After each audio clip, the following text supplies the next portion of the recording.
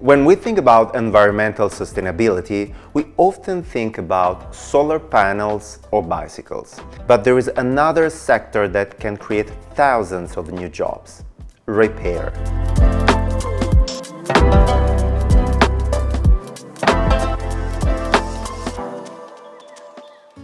The right to repair does not only generate environmental benefits, it can also create new economic and professional opportunities. With the introduction of these new rules, companies will increasingly be required to guarantee the repairability of products. And this is already changing the labor market in a significant way. When products are designed to be repairable, the demand for specialized professionals increases. For example, household appliance repair technicians, electronics specialists, experts in component refurbishment. There are professionals who make it possible for objects to have a second life instead of becoming waste. But this is not only about technicians. The entire economy system connected to repair is expected to grow. At the same time, new businesses specialized in maintenance and circular economy services will emerge. There are often local realities, small companies, artisans, and neighborhood workshops that can strengthen local economies and communities. There is also another fundamental aspect: training. To make this transition possible, companies will need to invest more and more in professional education and skills development. And this means new opportunities also for engineers, designers, environmental consultants.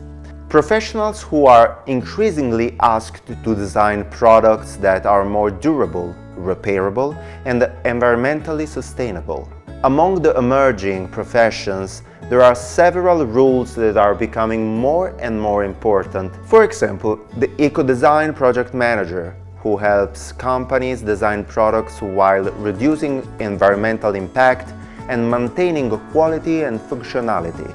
Or the sustainable innovation manager, who integrates sustainability into business strategies, improving resources efficiency and reducing waste. And also the environmental research and development manager, who works on new materials and technologies to make products and production process more sustainable.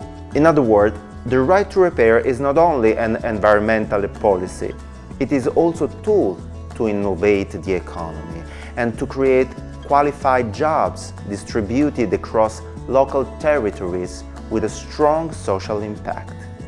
If you work in education, technology, or design, try ask yourself, how can I integrate repairability into my work?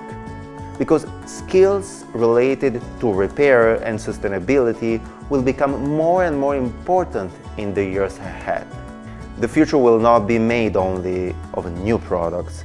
It will be made of products that last, that can be repaired, that can evolve over time, and of people capable of designing, maintaining, and giving new life to objects.